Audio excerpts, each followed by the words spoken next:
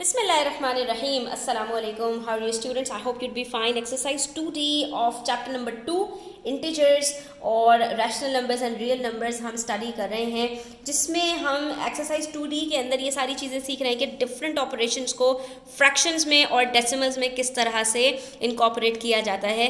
तो स्टार्ट करते हैं और आज हम करेंगे क्वेश्चन नंबर 7, तो जिसमें हमारे पास डेसिमल्स की मल्टीप्लिकेशन इन्वॉल्व है। मेरे साथ रहिएगा, वीडियो एंड तक देखिएगा। इंशाल्लाह इसको करने के बाद आप बड़ी आसानी से अपने डेसिमल के जो क्वेश्चन हैं उसको सॉल्व कर पाएंगे। ठीक है, तो स्टार्ट करते हैं क्वेश्चन नंबर 7 पार्ट ए।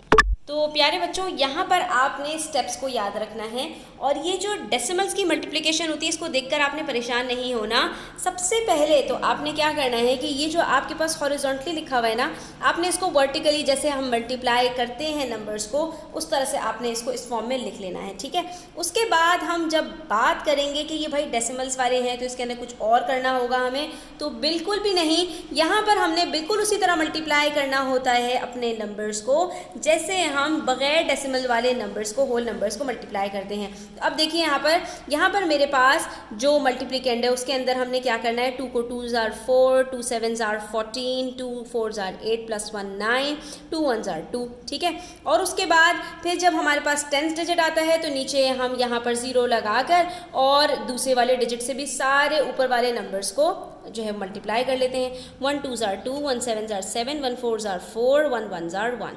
ठीक है, अब हमने मज़ीद किसी चीज़ को मल्टीप्लाई नहीं करना, तो हम इन दोनों को ऐड करेंगे और देखेंगे हमारे पास यहाँ पर आंसर क्या आता है। ठीक है, तो इसके अंदर हमने कोई भी नई चीज़ नहीं की, ये वही चीज़ है जो आप क्लास 3-4 में सीख कर आ रहे थे। जो यहाँ पर सीखने वाली चीज़ है वो सिर्फ ये है कि अब हमें इस आंसर में ये पता लगाना है जो हमारे पास यहाँ पर प्रोडक्ट आया है कि भाई इसमें हमारे पास डेसिमल लगेगा कहाँ। तो इसके लिए बच्चों आपने बस करना इतना ये है कि आपने मल्टीप्लायर और मल्टीप्लिकेंड में देखना है कि डेसिमल के बाद कितने डिजिट्स मौजूद हैं। तो हमारे पास ऊपर वाले जो मल्टीप्लायर है उसमें 2 डिजिट्स हैं और मल्टीप्लिकेंड में डेसिमल के बाद सिर्फ 1 डिजिट है। कुल मिलाकर ये हमारे पास 3 डिजिट्स बन रहे हैं। तो जब हम प्रोडक्ट की तरफ जाएंगे तो लास्ट से ही, यहाँ से, ठीक है बच्चों, यहाँ से नहीं, आपने लास्ट से ही यानी राइट से आपने लेफ़्ट की तरफ जाते हुए 3 प्लेसेस से पहले अपना डेसिमल यहाँ पर लगा लेना है। जितनी प्लेसेस तक मतलब डेसिमल के बाद आपके पास डेसिमल यहाँ पर डिजिट्स मौजूद हैं, उतने ही डिजिट से पहले आपने यहाँ डेसिमल अपना लगा लेना है। ठीक है, और इसमें आपने कुछ भी नहीं करना।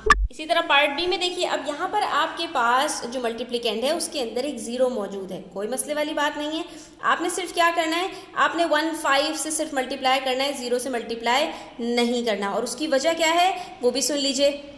उसकी वजह ये है स्टूडेंट्स कि हमारे पास जो 0 स्टार्टिंग में होता है वो डेसिमल से पहले हो या डेसिमल के बाद हो, जो स्टार्टिंग में है उन ज़ीरोज़ की हमारे पास कोई वैल्यू नहीं होती। यानी अगर मैं थर्ड स्टेप में 0 से मल्टीप्लाई करना शुरू भी करूं तो आखिर में मेरे पास 0 से मल्टीप्लाई करके हर जो है वो जो डिजिट आंसर आना है वो मेरे पास 0 ही आना है। तो 0 0 मज़ीद ऐड करके मुझे क्या फ़ायदा होगा। अब यहाँ पर हमारे पास जब हमने दोनों को मल्टीप्लाई कर लिया तो हम इनको ऐड करेंगे और देखेंगे कि हमें डेसिमल कहाँ लगाना है। तो यहाँ पर हमारे पास मल्टीप्लायर में डेसिमल के बाद 1 डिजिट मौजूद है और मल्टीप्लिकेंड में 2 डिजिट्स मौजूद हैं। यहाँ पर भी हमारे पास कुल 3 डिजिट्स मौजूद हैं डेसिमल के बाद। तो यहाँ पर जब हम अपने प्रोडक्ट में डेसिमल लगाएंगे तो हमने यहाँ पर जो है वो 3 डिजिट से पहले ही डेसिमल लगाना है, तो हमारा आंसर आ जाएगा 19.560। ठीक है, अब यहाँ पार्ट सी में हमारे पास बच्चों जो मल्टीप्लिकेंड है उसके अंदर हमारे पास सिर्फ 1 डिजिट है जो 0 के नॉन ज़ीरो है। ठीक है, बाकी दोनों हमारे पास जो उससे पहले वाले डिजिट्स हैं, 1 डेसिमल से पहले 1 डेसिमल के बाद है, ये दोनों 0 हैं। तो ऐसी सूरत में बच्चों जो ज़ीरोज़ मैंने आपसे कहा कि स्टार्टिंग में है आपके पास और उनके बीच में आपके पास कोई नॉन ज़ीरो डिजिट नहीं आ रहा, तो आपने इनको स्किप कर देना है। यानी हम यहाँ पर सिर्फ 8 को मल्टीप्लाई करेंगे अपने मल्टीप्लायर से, बाकी हम कुछ भी नहीं करेंगे। 8 7s are 56, 8 2s are 16 + 5 21 और ये हमारे पास आंसर आ गया 216। अब बारी आती है डेसिमल लगाने की।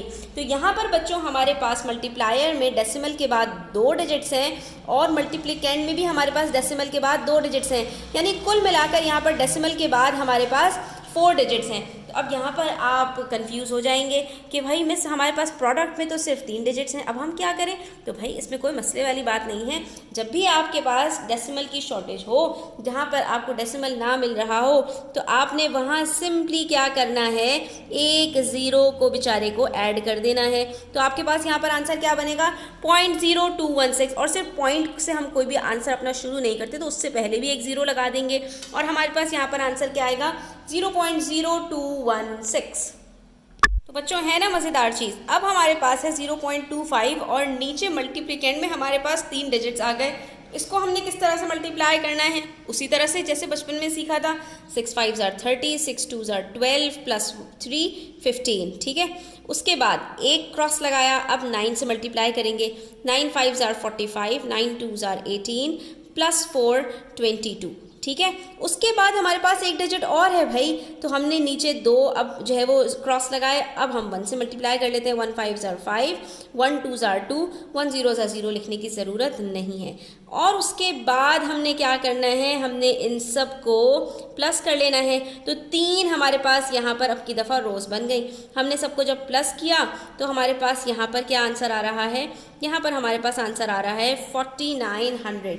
लेकिन अभी रुक जाइए, अभी देखना ये है कि डेसिमल कहाँ लगेगा। तो यहाँ पर हमारे पास क्वेश्चन में स्टूडेंट्स डेसिमल के बाद यहाँ भी 2 डिजिट्स हैं और यहाँ भी 2 डिजिट्स हैं, कुल मिलाकर 4 डिजिट्स हैं। यानी 4 डिजिट से पहले हमने डेसिमल लगाना है।